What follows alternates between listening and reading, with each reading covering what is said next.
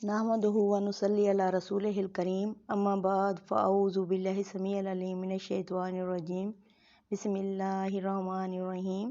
عزیز سامعات، السلام علیکم ورحمۃ اللہ وبرکاتہ۔ الحمدللہ رب العالمین۔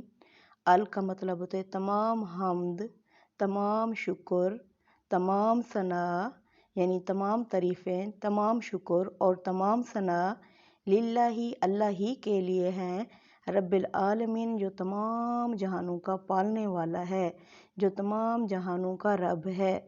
ٹھیک ہے، اللہ تعالیٰ کائنات کو پال رہا ہے، اللہ تعالیٰ ہی تمام کائنات کو پالنے والا ہے۔ انسان کے ساتھ چرند پرند ہر چیز، دنیا کی کائنات کی ہر چیز کو اللہ تعالیٰ ہی پال رہا ہے بے شک۔ الرحمن الرحیم۔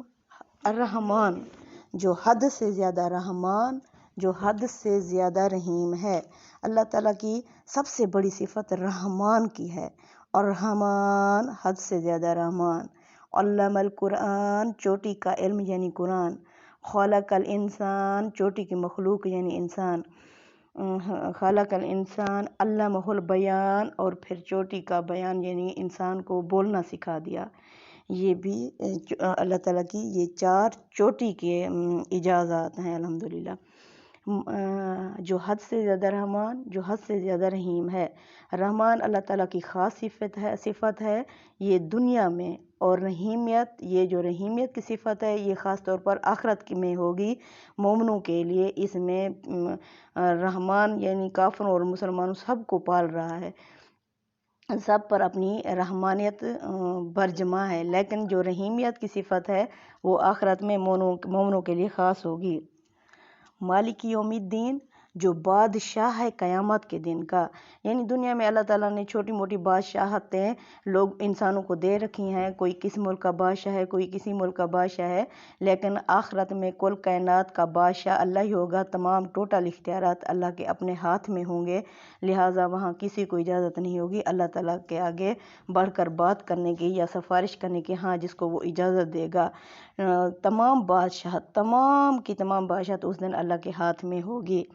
ایاک نعبد و ایاک نستعین، ہم کہتے ہیں ہر نماز میں، ہر نماز کی ہر رکعت میں، اے اللہ ہم تیری عبادت کرتے ہیں اور تجھی سے مدد مانگتے ہیں، چونکہ اللہ تعالیٰ نے 1,24,000 رسول جو بھیجے ان کو یہی کلمہ توحید دے کر ہی بھیجا، یعنی اللہ تعالیٰ اپنا تعارف، اپنی ربوبیت کے بارے میں بتانا چاہتا ہے کہ میں ہی کائنات کا خالق اور مالک ہوں، اور آخرت میں بھی تمام بادشاہت میرے ہاتھ میں ہوگی، لہٰذا وہ آخرت میں جو بہترین سلوک اور جنت کے حقدار ہوں گے وہ کون ہوں گے؟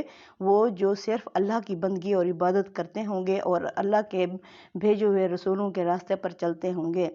ایاک نعبد و ایاک نستعین، جب ہم اقرار کرتے ہیں کہ اللہ ہم تیری عبادت کرتے ہیں اور تجھ سے ہی مدد مانگتے ہیں، لہٰذا ہمیں اپنی پوری زندگی اللہ سے جڑ کر اور اللہ ہی سے مانگنا چاہیے۔ اللہ ہی ہر چیز کا وسیلہ ہے، دینے والا ہے۔ اللہ سے ہم جب جڑیں گے، اللہ کہتے ہیں لوگوں اللہ کی رسی کو، اللہ کی توحید کو مضبوطی سے تھام لو اور تفرقوں میں مت بٹو۔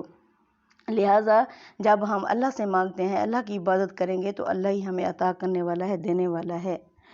پھر آگے ہے اہدنا صراط المستقیم، ہم اللہ سے دعا کرتے ہیں کہ اے اللہ ہمیں سیدھی راہ دکھا۔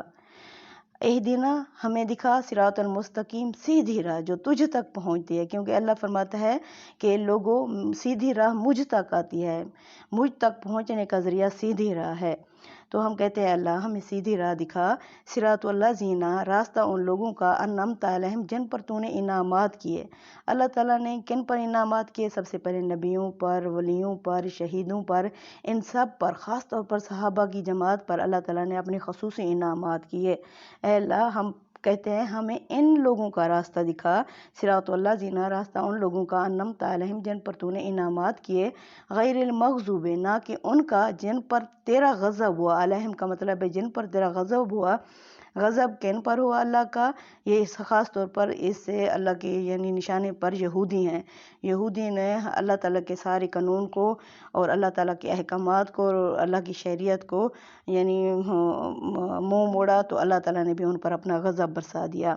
غیر المغضوبی علیہم، نہ ان کا جن پر تیرا غضب ہوا، ولا اور نہ ہی گمراہ لوگوں کا۔ گمراہ کون ہے؟ گم راہ یعنی سیدھی راہ سے گم کون ہے؟ عیسائی ہیں، یہ اللہ کی راہ کو چھوڑے ہوئے ہیں۔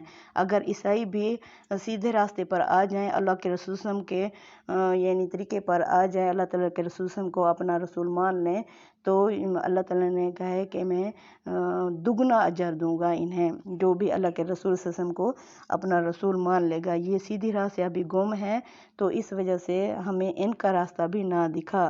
اس کے جواب میں ہم کہتے ہیں کہ آمین۔